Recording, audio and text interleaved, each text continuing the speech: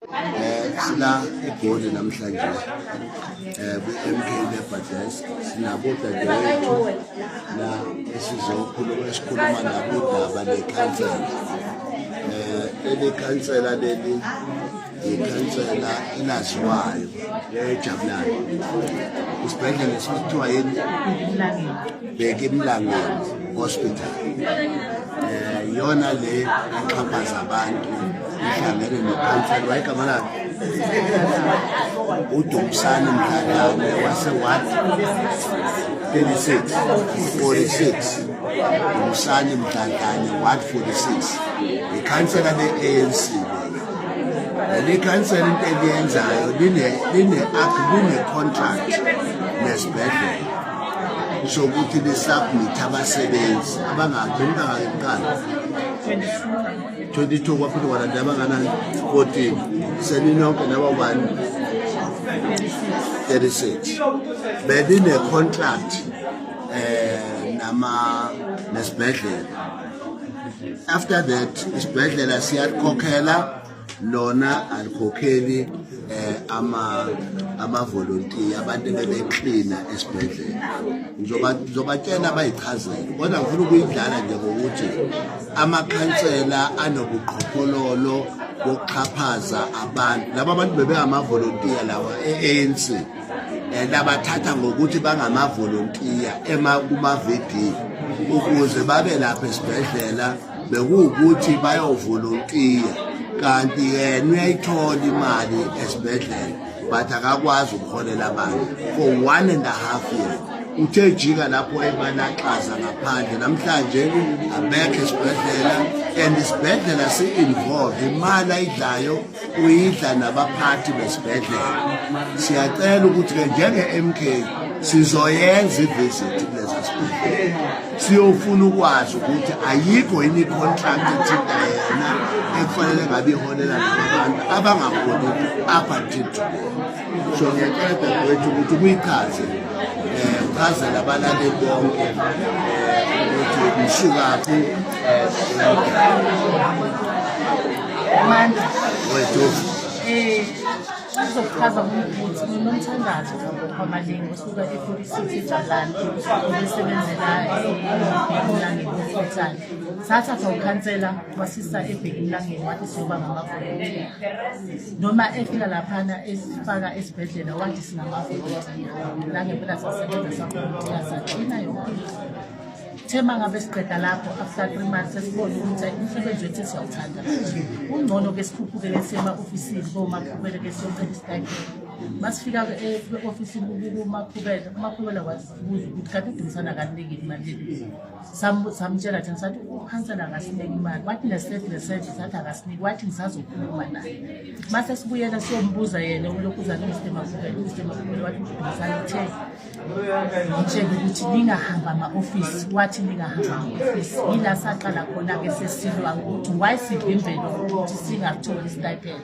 Sahamba sakwa-health sacela yonke into kwa-health masifika sithi sicela isitayipeni bathi sitshela uMr Makhubele asenzele incwadi abhala amagama ethu athashe abasendele i-email ukuze bezokhona babona ukuthi ilokhuzana yethu ihamba kanjani. Nangempela masifika kuMakhubele wathi uzokholela ukhansela ukhansela wathi angasenzi usitshela ukuthi singahamba ama-ofisi uyasibiza saya kukhansela somtshela ukuthi sifuna isitayipeni.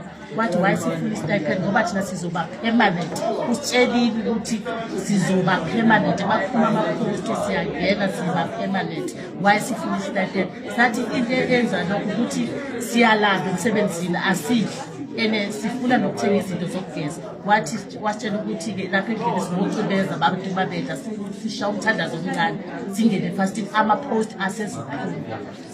Yilapho salwa khona-ke naye ukhansela kwaze kwafike esigabeni sokuthi azalande igroup S2.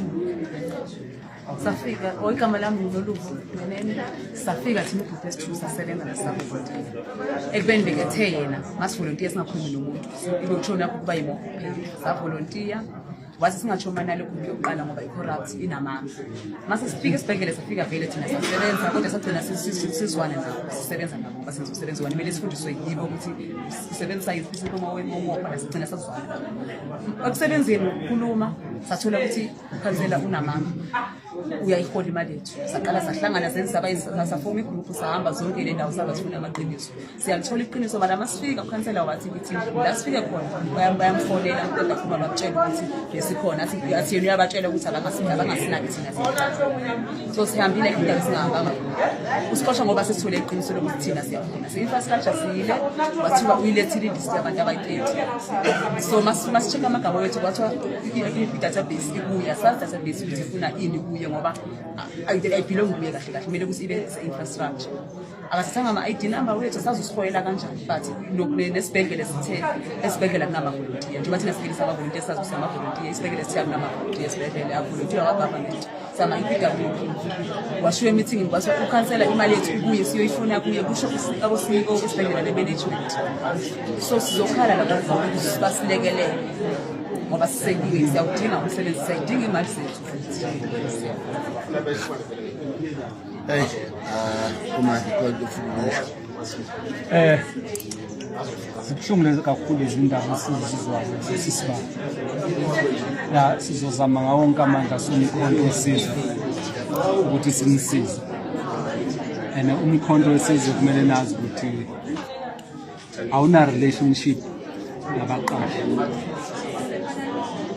somkhonto wesizwe asingeke senze ubudlelwane nabaqashi if kumele ukuthi sibabona sizohamba nani sikubaqashi ngeke sizihambe nesodwa and nini enizokhuluma phambi kwabaqashi ukuthi yini into eniyifunayo isithembiso esinithembisa sona ngeke siye sisodwa yini enizozikhulumela thina sizobe simamele kodwa indaba kumele ilungiswe u-MEC we-health kumele abe khona if uzokhuluma le ndaba umuntu ophethe amakhansela la reporta khona kumele uspeaker kumele ukuthi abe khona siyabonga from our side, we'll just support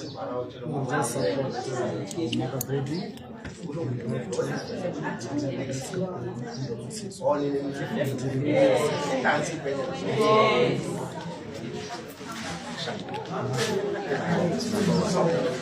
Comrades, ayike amakhansela njalo abathathe iphethithi ukuthi njengoba eqhubeke edlala ngabantu kanje ethi azoletha impilo engcono kanti azoyinothisa ngabantu sikhona ngemva kwabo and abantu kufanele bayibuke futhi ukuthi ANC isisithathe saze safika kule issue ethi abasenanembeza ukusebenzela umphakathi kodwa sebefana nezigebengu ezirobha umphakathi cabanga ikhansela elingakwazi ukucabanga ukuthi abantu bangasebenza u1.5 year bengaholi kuyikhansela elizobhekela umphakathi umbuzo uthi khansela lini ebelibheke phi uma ngabe lingakwazi ukunakekela inhlalakahle yomphakathi because those are the main duties yekhansela to ensure